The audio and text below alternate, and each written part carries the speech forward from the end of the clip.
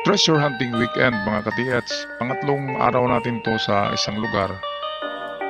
Merong puntahan kami na marker. Ito raw ay pawikan. Ulo ng pawikan nakatingin sa matulis na bato na malaki. At meron ding century-old tree sa malapit dito. Kaya maganda. Maganda ang site. Meantime, shoutout muna tayo sa lahat ng ating mga subscribers at sa iyo na bago pa lamang, huwag kalimutan mag-subscribe sa ating channel para palagi kayong updated sa mga bagong uploads. Luzon, Visayas, Mindanao, kumusta kayong lahat mga ka-TH? At sa ating mga ka-TH in abroad, sana ay nasa mabuting kalagayan. Diyan sa Taiwan, merong maraming Pilipino diyan. Sa China, meron din. Diyan sa Japan, lahat yan sa mga lugar na may peligro ngayon sa nagbabantang panganib sa WPS. Ingat kayo dyan palagi. Ito na tayo. Ito yung likod ng pawikan. Hinukay nila, test dig. Pero 1 meter kulang pa yan. At nakaharap talaga siya, oh. Ganda. Nakaharap siya sa matulis na bato na yan na malaki. Matulis na bato, magandang marker yan. Kasi yan nag-symbolize yan sa matulis na bundok na Mount Fuji sa Japan. Kaya kinukuha din yan ng Hapon ng mga ganyang itsura, ganyang hugis na bato as a marker. Meron na silang test dig yata dito sa gilid, oh, may hukay.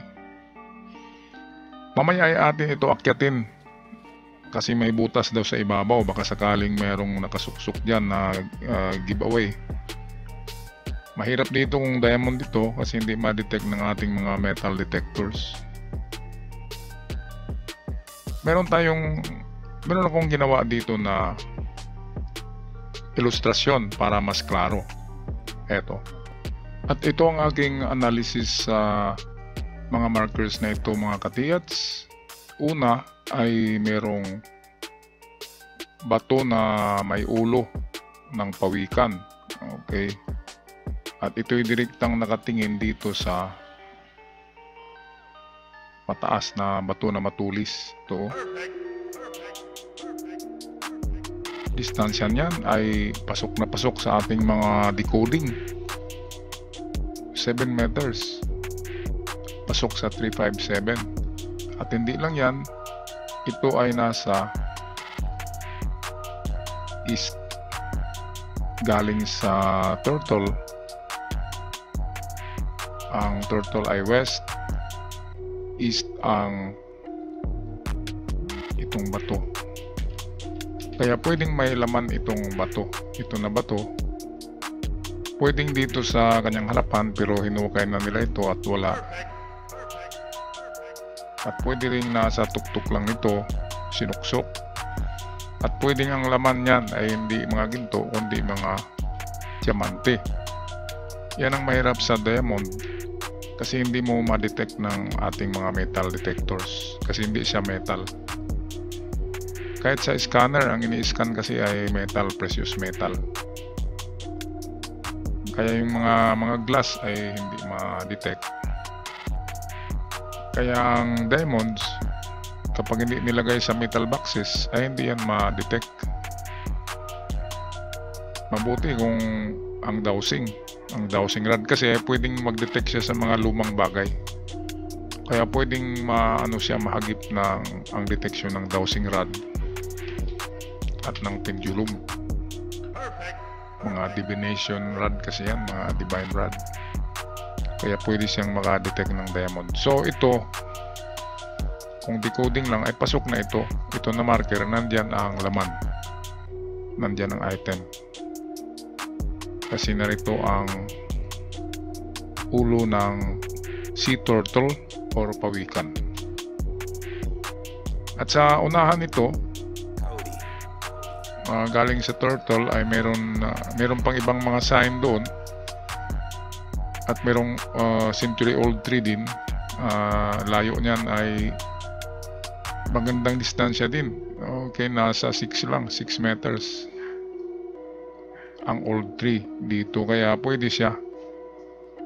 Kung wala dito sa itong matulis na bato na ito, kung wala ditong item, so pwedeng narito sa century-old tree. Kasi itong mata, ito, nakatingin yan sa may kahoy.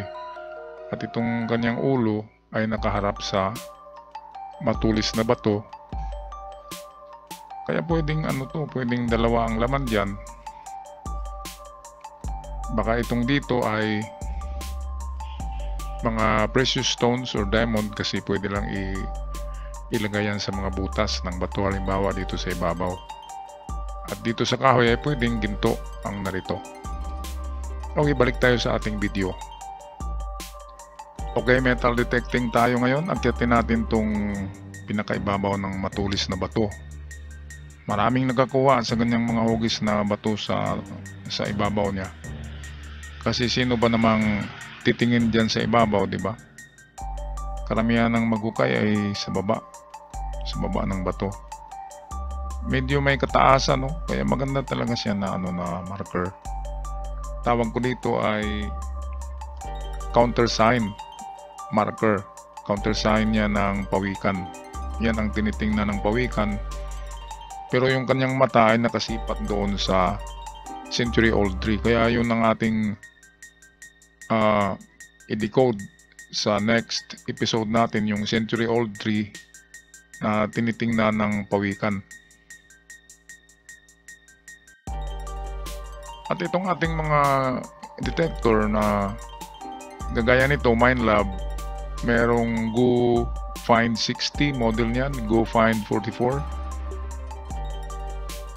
Ito ay nasa 2 feet mahigit lang, walang 1 meter ang lalim niyan.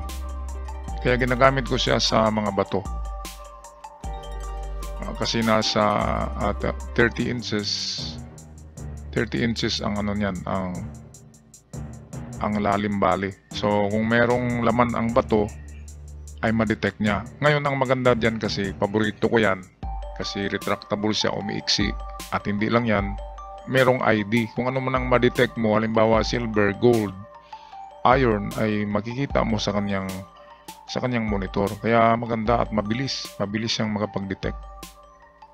Kaya kung iron lang ang na-detect or minerals, ay alam natin na hindi ginto.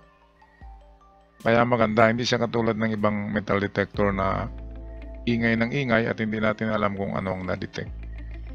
Okay, at kung nais niyong bumili ng mga ganyan, Bourbon Electronica, ating suking tindahan, tawagan lang si Roniel Bourbon, 0975-6675-030.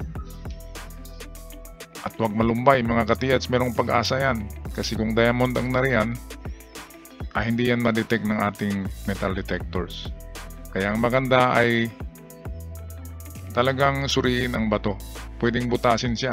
Tingnan kung merong laman ang loob nito. At hanggang sa muli, ako'y magpaalam na maraming salamat. God bless us all.